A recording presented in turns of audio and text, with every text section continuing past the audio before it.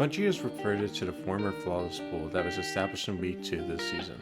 From the feedback that we got from win-based matchmaking through all sorts of media and negative feedback from Bungie, most of us would agree on the fact that the flawless pool system will provide a better experience than win-based matchmaking. However, with the dry months of December, January, and February coming up before the release of Witch Queen, there's a reasonable concern about the Trials population and overall enjoyability of the Trials experience declining as we head into these months.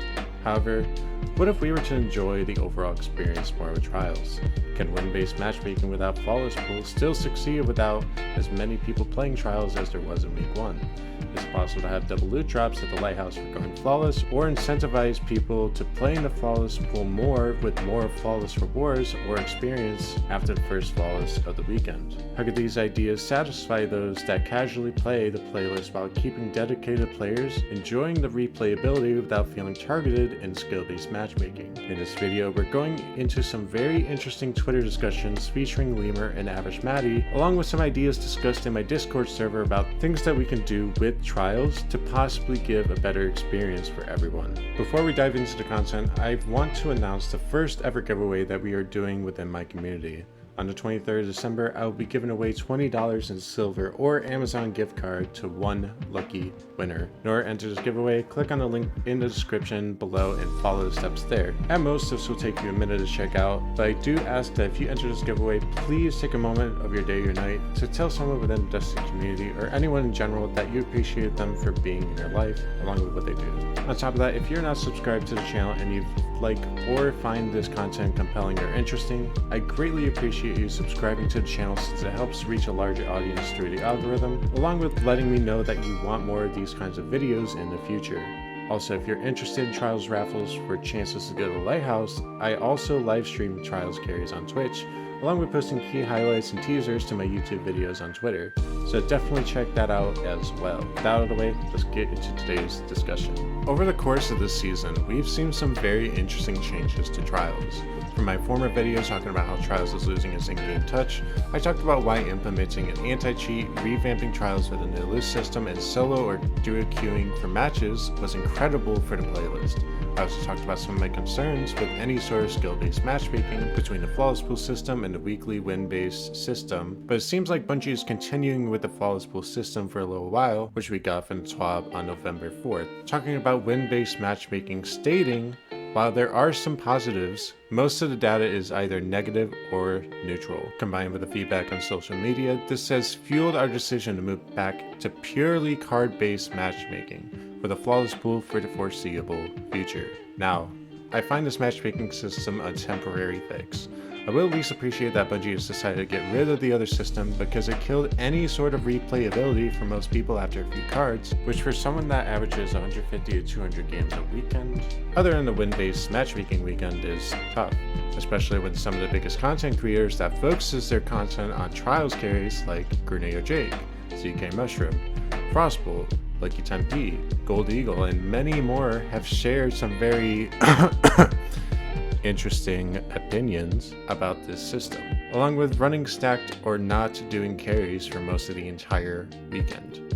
Now, I could go on and on about my own opinions and talking about why this is bad for Trials, claiming it's supposed to be a skillful endgame activity, but in doing so, I only give myself tunnel vision and potentially act or seemingly act on personal gain, when I really want to think about what Bungie could do in order to give credit to the endgame PvP mode that they created and revamped in a way that made replayability for everyone possible. The only way to give myself a better understanding of where the community is with matchmaking, I reached out to as many content creators and people as possible through Twitter and managed to get some further insight on two successful content creators, Lemur and AverageMatty, along with my Discord server to see what potential ideas we can come up with and whether or not those things would be good for the majority of Destiny 2 players. Lemur was the first person that responded to me about whether or not matchmaking in general should be separated when it comes to Trials of Osiris, in which he responded. Bungie has said multiple times that they want Trials to be accessible for everyone, so obviously their mindset isn't one that it should be an uber competitive game mode. So no, I don't think Bungie should separate anything. What makes Trials so good in Destiny 1 was that it's basically all RNG. I think the system that works the best is just random games 1 through 5, meaning you could play someone on their game 3 when you're on your game 5, or someone on their game 4 when you're on your game 1, etc. Then for games 6 and 7, it should be card based. This system just gives everyone the best chance to get deep in the card, while still keeping it somewhat competitive for the final 2 games, and making flawless still something that you should be able to work towards achieving as you continue to play more PvP. Now, I don't personally agree with the games being random from 1 through 5, but I do see where Lemur is coming from his experience with Destiny 1. In my opinion, I still believe that card-based matchmaking, no matter where you are in the card, is where Trials shines. This RNG factor from games 1 through 5 might cause some imbalance, but for a team committed to run cards for at least a couple hours, I can see how this RNG would benefit some of their runs while possibly hindering others. But there's still a separation of those that get 6 to 7 wins for those that have proven themselves through the first 5 games. Before I continue, I understand that not everyone has an interest of going flawless. That's completely fine. However, when there's endgame loot on the line, there's going to be a crowd of people that are going to want the loot, which is who I mainly want to focus on.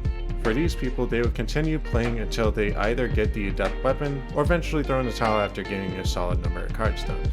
When they go flawless, or if they go flawless, they're not likely to get a decent god roll when it drops, which in return leads to them going back into the trials pool in order to get another adept weapon, or they just call it a week. For those that don't go flawless, I can understand why this card-based matchmaking system can be a scary thing to overcome, especially if you're a solo or duo queue player. Now, if you're a casual player and you're listening to this, you're wondering, Daffy, how is this better than being a casual player waiting till Sunday with my friends in order to play in an easier playlist in order to get the same loot? The main reason why I believe this is better for the playlist in general is it lets people go into the playlist at any given time and not plan out a specific day or time to log on in order to have a better chance of getting in-game loot. If you're a good player that wants to grind as many flawlesses as possible, it'd be ideal to play Friday, Saturday to possibly run to more casuals. If you're not so good, then waiting until Sunday or Monday might be the better option since the flawless pool will be activated. On paper, it seems like a pretty good idea. There's a more even distribution of loot and more people theoretically going to the lighthouse. But the main issue here is replayability for everyone.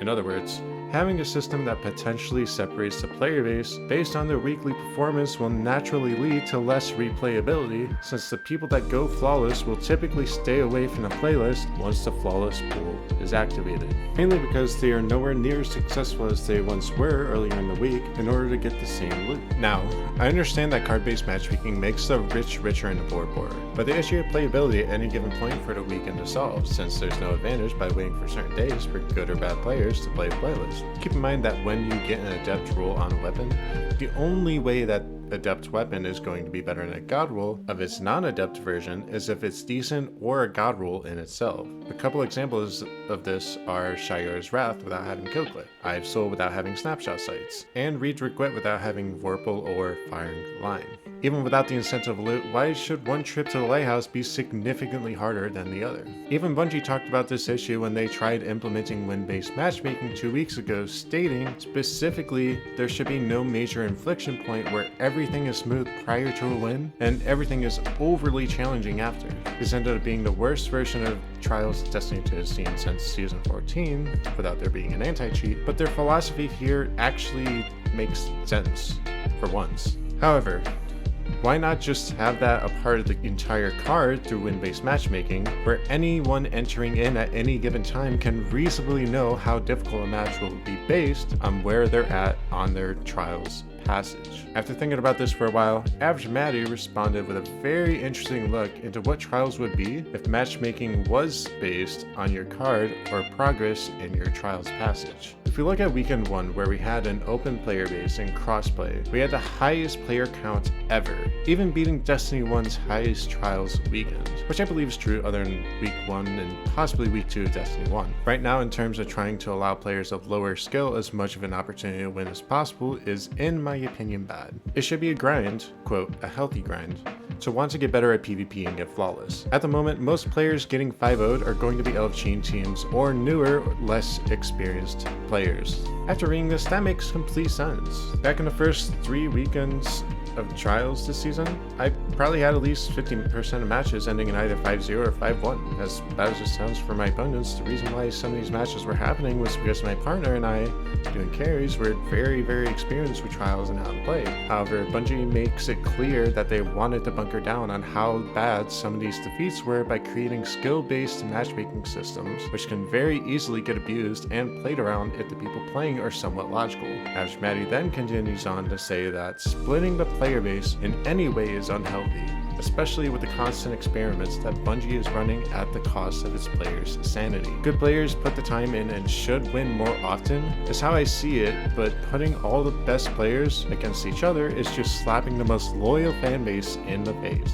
All in all, skill-based matchmaking has never worked in any video game, period. Which is mostly true for in-game activities with loot tied to them. If they want to do something worthwhile, they can do all these tests in game modes meant to have a skill-based matchmaking, such as comp. I think we reverted trials back to weekend 1, which allowed all players to go to Lighthouse, which I don't see happening personally, but it is still reasonable. It would be healthier for trials, Destiny PvP as a whole, and reworking comp will allow the sweaty games to have a home. So in all, ideally, it would be trials weekend 1, rotating entirely new loot every 3 months, more maps, which Bungie has claimed to work on but not anytime soon, more people going flawless without needing carry. Which to me doesn't make sense at first, because if everybody on the fire team waited until Sunday reset to start grinding trials, it would be easier for them as of right now. But Matty is more focused on the grand scheme of grinding over time and improving on their PvP skills in a fair system.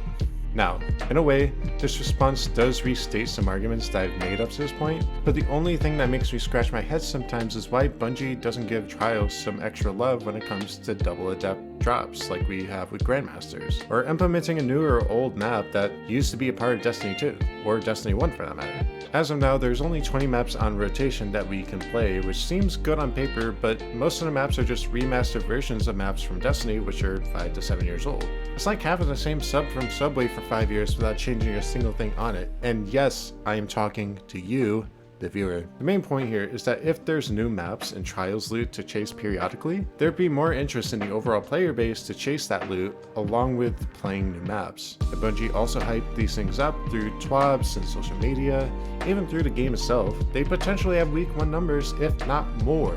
At this point, we've gotten to some interesting points about why card-based matchmaking is the best option for matchmaking that we've seen yet. However, we have not had too much perspective on what would work outside of card-based matchmaking that could give people an incentive to play in a stronger player pool. The only thing Bungie offers in giving extra loot is through their Passage of Confidence, which is a passage that gives double loot at the Lighthouse, but to do so you have to win 7 straight games without losing one, which is extremely risky in in-game mode like trials, especially since matches with this passage are typically harder. So, what if we were able to give people a revamped version of this passage? From my Discord server, we had similar discussions about whether or not trials should or should not have skill-based matchmaking. From this discussion came the idea of the Gilded Passage, which would be a passage similar to a Passage of Mercy, where you can take a loss and still be able to go flawless, but with more rewards as you play through that passage, like extra trials engrams, experience per round 1, and even double loot when you go flawless. This passage would only be available after Sunday reset, and you'd only be able to face people that also purchased this passage. The idea here is that we'd be able to give teams that have gone flawless a chance to battle it out against one another like the flawless pool does, but in return they get extra rewards for going flawless, but also gives rewards as you go. This not only benefits those that succeed in the playlist, but it also takes those players out of the normal playlist where some people are trying to get that one flawless in for a week. There are a couple of things that could make this hard for it to succeed, like longer queue times, difficulty of having a successful passage, and a lack of people wanting the extra loot drops after getting one flawless. But the idea of giving people another option for extra loot, instead of forcing them into a playlist on Sunday and Monday after one flawless, can be enough to keep people that have the one flawless in on the weekend in a player pool without having an unwilling incline in difficulty.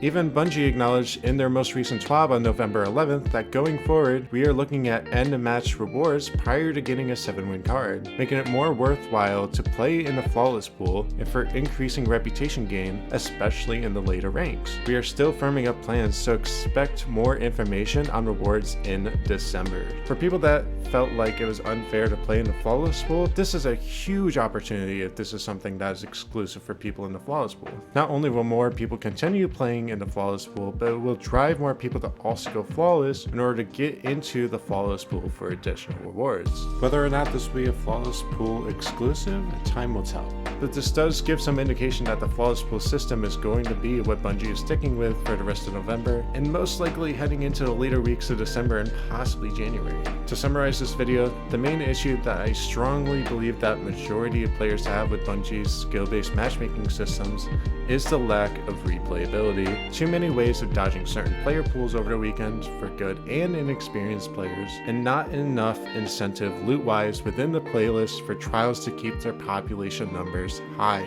for the rest of the season, especially if they don't make any further changes to their matchmaking system or loot system. Yet again, Bungie is always full of surprises, so we'll see what they ultimately decide to do in the near future. That's the end of this video. If you made it this long, I greatly appreciate the time you took investing into this discussion video. This ended up being a lot more lengthy than my normal videos on the channel, but it's worth it whenever people in the community have a massive interest on helping me shift and support claims that are good for the overall experience of trials. As stated earlier in the video, don't miss out on the $20 silver or Amazon giveaway. Check the link in the description and enter there. Other than that, I hope you have a fantastic day, and I hope Mr. Beast puts me in a challenge.